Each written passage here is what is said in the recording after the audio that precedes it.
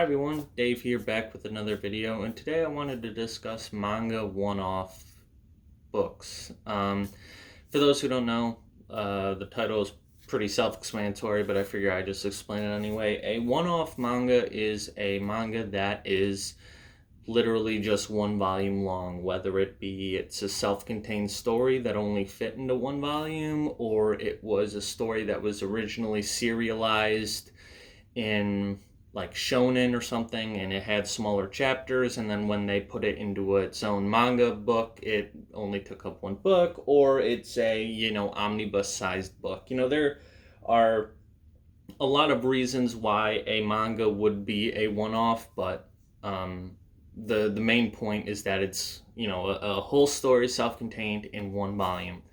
And as much as I love collecting and watching a series grow and watching, starting out on volume 1, to 2 to 3, and then, snap your fingers and then you turn around and you got 40 books lined up. Like, that's, as a collector and just as a fan of manga, that's a really cool feeling.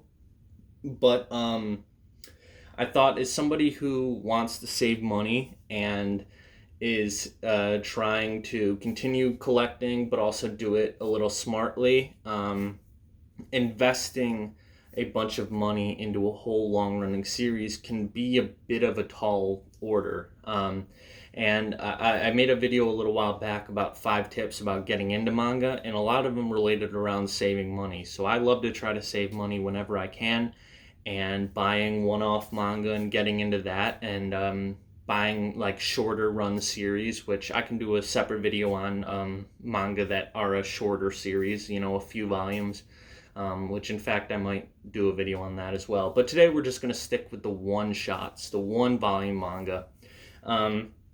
So I was originally going to do a top 5, but I decided, you know what, I just wanted to show off all of the ones that I have, which only turned out to be about 7. So I figured 2 extra ones. You guys deserve a little bit extra. And also, not all of these, most of these I've done reviews on, so I really don't know how deep I'm going to go, seeing as how the reviews are already out or coming. But anyway, let's get started. So the first one I have up here is Final Fantasy Type 0 or Type O, depending on how you pronounce it. This is a manga based off of the Final Fantasy Type 0 game. I played the game. I thought it was okay. It was a few years ago, so I don't exactly remember the specifics about it.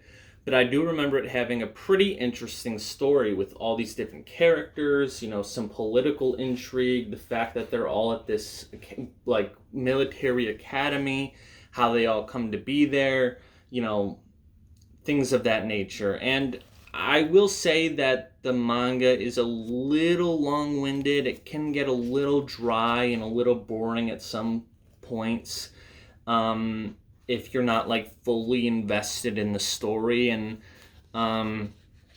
it definitely can also sometimes be a tad confusing, just given the massive amount of characters and everything that's going on. But if you're a fan of the game and you're a fan of Final Fantasy, I think you're going to find some enjoyment out of this. It's not the best Final Fantasy manga, I don't think. And but again, for a one-off, for a self-contained story, especially if you're a fan of the game, I think you'll enjoy it. So that's the first one. The next one I have is Songs to Make You Smile. I did a review on this a little while back. It is one of my longer reviews, which goes to show just how much is kind of packed in here. There are, I believe, 4 or 5 stories packed into this manga, and they all deal with some form of identity. A few of them are related to music. They, deal with your own personal happiness and perception of how other people view you versus how you want to view yourself, and things of that nature. So I'm going to adjust my camera a little bit here.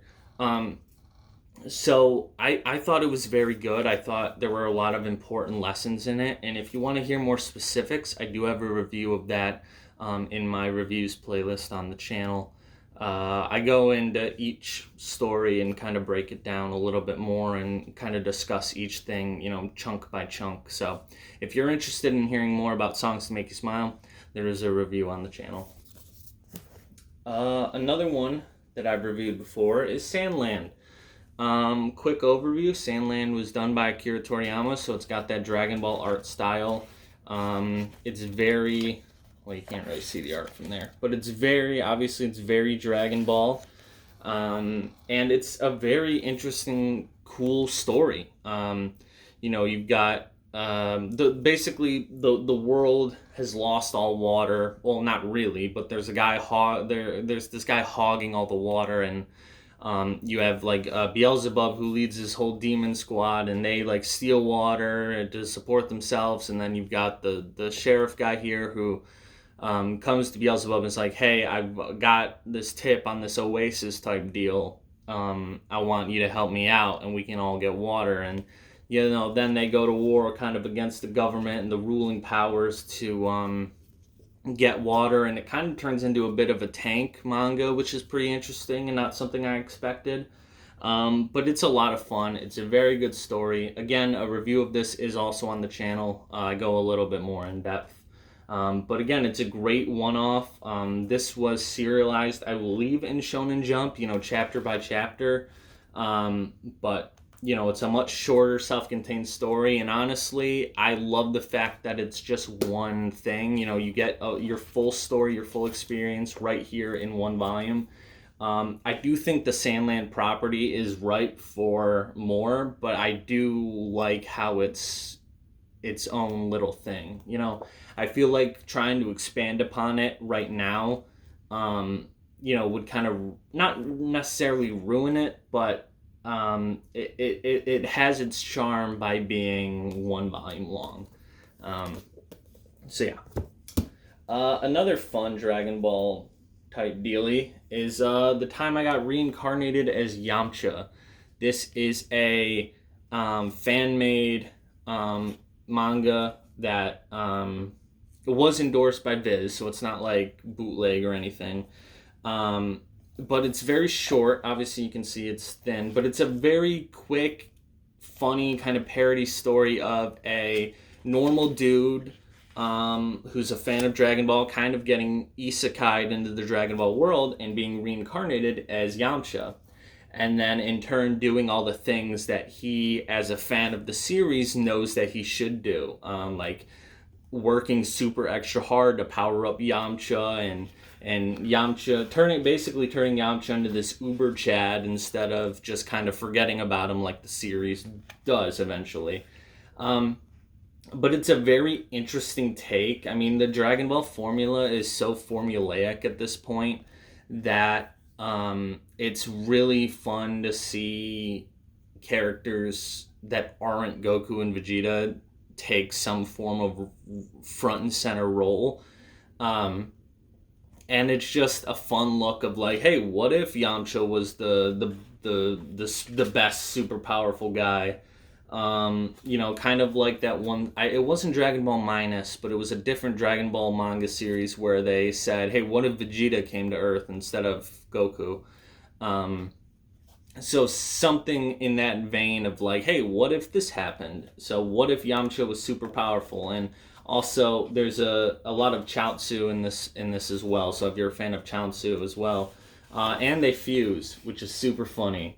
Yamcha and Chaozu fusion is really funny. So it's just something that it's by fans, for fans, something that a fan took and said, hey, what if this happened? Let's just go for it, And it's definitely, you look at it and you're like, this is so fun and this is such a funny thing. And you put it on your shelf next to your other Dragon Ball and your buddies come over to look at your manga, which never happens, but potentially they say, hey, what's that? And then you can talk about it and joke about it and be like, oh yeah, this is that funny thing that happened. And again, it's a self-contained little story, which is fun. Next is one that I don't have a review up of currently, but I plan to have a review up soon, and that is Demon Slayer Stories of Water and Flame. You'll notice the Target sticker here, which, sidebar, if you're looking for some manga, honestly, Target has a pretty decent selection. I didn't really think about it, but I was walking around Target one day just killing time, and in their book section, they had a pretty decent selection of manga, and like a lot of stuff that I don't often see even in my anime store. Not like obscure stuff, but like, for example, the first volume of JJK and the first volume of Demon Slayer are usually sold out in my local anime store because those are two very popular manga, and of course if you're going to read it, you got to start with the first volume. But at Target, they had multiple copies of both of those, and a bunch of My Hero, a bunch of Dragon Ball Super, which was funny because I'm still looking for volume 11 and my local anime store hasn't had it, and Target had a bunch of them, and the only one that they didn't seem to have, like they had straight to like volume 20 something, and they didn't have volume 11. That was the only one they didn't have, so that's just kind of funny to me at this point. But they had a lot of like the toilet bound, I forget the name of but that manga, they had a lot of that, at least at my local Target. It could be different in other places, but I made a video a while back about Five Below having manga and saying like, hey, this is kind of a decent selection for what you wouldn't assume to be a place that would carry manga. But Target blew that out of the water. Honestly, I could have made a video about manga hunting at Target, but nothing that was there really interested me except for this, which I'll obviously get back to in a second. But you get 20% off too on a lot of these. I don't know why they do this, but I'm not going to argue with it. 20% off on a new manga, that's pretty cool. So yeah, if you're ever in Target and you're a manga fan and you're looking, go stop by. You know, you'll never know what you'll find. You might find something good, actually. But anyway, back to this. I'm going to do a full review on this at some point coming up, but it's a really great story. It's two fan favorite characters, Rengoku and Giyu, or Tomioka, depending on the name you choose. Two fan favorite characters, two interesting stories that run sort of kind of parallel to the events of Demon Slayer, so it's a great way to world build. It's a great way to kind of round out maybe what these characters were doing while Tanjiro was off doing his thing. It's a lot of fun. It's typical great Demon Slayer story. And yeah, I mean, there's not much I can say about it right now without getting into what I would say during my review. But basically, you know, this video is just showing off a few of my personal favorite one-off manga, and basically saying like, you can get, you know, we've still got two more, and you know, we've got a pretty decent array of what you can get out of a one-shot manga. You know, you can get a lot of story out of just one volume, and you don't have to invest a bunch of time and a bunch of money and a bunch of shelf space to get the full story. Now, again, I love that. I love watching a series grow, and I love following along with the series. But this is just another way to go about it, rather. I'm not saying that long series suck, and I'm never going to collect a long series again. But for someone who loves to save money and loves to experience new stories that maybe, like, I didn't know this manga even existed, and I found it in Target of all places. And I'm a big Demon Slayer fan, and I had no idea that this was a thing. So you never know what you'll find, you know, in these little kind of spin-off stories that are, you know, relegated to one volume, one-shot manga.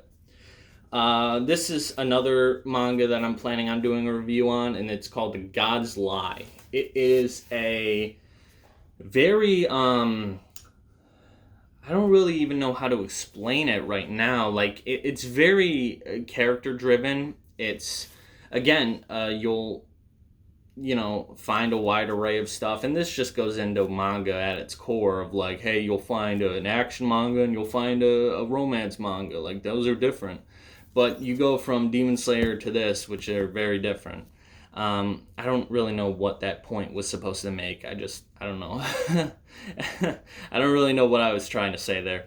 But anyway, so this is about two kids who have kind of different lives, and they spend this summer together, and it's kind of hard to explain. Like, they basically just learn from one another about, like, hey, things may not always be what they seem. Like, you see someone and you think, oh man, that guy's got everything going for him, but really under the surface they might have a lot of stuff that they need to work out, or they might not be as hunky-dory as it seems. And they lead this pleasant life, living in this like beach town or whatever. Well, maybe not necessarily a beach town, but like everything looks good and everything looks like they're having fun, but really there's a lot more to it.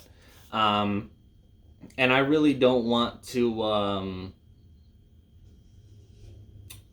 get too deep into it, because I do plan on reviewing it fully. But it's a great story, and it's definitely very interesting. And last is, you'll find books like this which are omnibus sized but not technically an omnibus, and this is like a full like story put into here. And this hunk of book is Levious. Levious is, I guess, if you were to take like robot boxing, pretty much. It's a boxing manga, except everybody's got like robot arms, and it's again a very self-contained story. It's obviously a good, decent-sized read, but it's definitely a good ride. I mean, the art in this is incredible. Not everything is colored, but I do really like that colored page. But this is very wispy. I don't know if the word is, but this very like kind of almost light pen strokey art that really kind of gives it its own identity. Oh, this is a good frame. It like very textured, but also it leaves a lot to the imagination of like, what the world may look like and how things may be, and the action scenes are great. And it's basically about this guy Levious, who is fighting in this robot ring, and basically the toll that takes on his body, his psyche. And he meets this girl who I unfortunately forget her name, but she's kind of being controlled by this clown character guy, and he's debating on like, okay, how do I help her? She's like brainwashed, so she doesn't really know what's happening to her, but you can tell through her eyes like that she legitimately wants to be free, but she doesn't know how to do it. And he's trying to fight for her and fight to make a better life for himself and for this person. And it's a great read. It really is. There's a lot of interesting characters, a lot of really great fights. It's very steampunky in a lot of ways. And it culminates, I obviously won't get into it, but it culminates in some really interesting stuff going on. And it continues in Levious Est, which I'm very excited to read. I haven't gotten around to it yet, but the original Levious is all contained into this deal here. I don't know if they've released it as its own like manga series, but this is a one-shot for me, so that's what I decided. So that's why I decided to put it into this video. But it's honestly a really great story, all culminated in this one book. All not culminated, all contained into this one book, rather. So yeah, I don't know if I'll ever do a full review of Levious, because I've got a lot of other reviews I'm working on now. But yeah, I mean, here you go. You've got you know, these are my one shots as of right now. As of what month is it? September 2022. These are the one shots I have, and I feel like I'm gonna wind up collecting more one shots because, again, it's a very great way to help get into manga, especially, and maybe I should have put this in my top 5 beginner tips, because if you're not sure if manga's for you, like go reading in an opposite direction, especially if you're, a Westerner like me, reading in an opposite direction, I don't know if I'll ever get used to that, or, maybe the story's not going to be for me. Instead of like getting into a series and kind of locking yourself in, maybe try something like a Sandland, where it's a self-contained thing, and then you decide if you actually like manga or not. That's just my thought process. Again, I love saving money. I love, giving tips. I love talking manga, and I feel like one-shots are a very interesting thing that that kind of flow under the radar sometimes, I feel, because not everyone, but like, what I mean is, like, you expect manga to be this whole series, and really, I know it sounds kind of silly, because you think an anime movie versus an anime. That's pretty much what I feel like a manga one-shot is. It's the anime movie to the manga's anime episodes, I guess.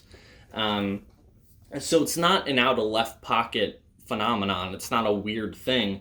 And normal books are just one book for the most part. I know there's series of books, but you know what I mean. And maybe I'm reading too much into it, but when I was getting into manga, I didn't really think about this being an option, at least when I was a kid. And maybe just because I was a stupid kid and didn't really know how books worked, I guess. But yeah, I don't know. I just wanted to talk about that today. I don't really know how this video will be received, because a lot of you may be sitting there who being like, yeah, Dave, duh, books are books, you idiot, duh. But I don't know. I feel like it could be just a little interesting for someone to maybe say, you know what, yeah, I kind of want to get into something a little bit shorter. It helps with reading. I don't always, and we talked about the financial aspects of it and the, saving space, but also just the time element that goes into reading an entire series of manga. That can take up a lot of time.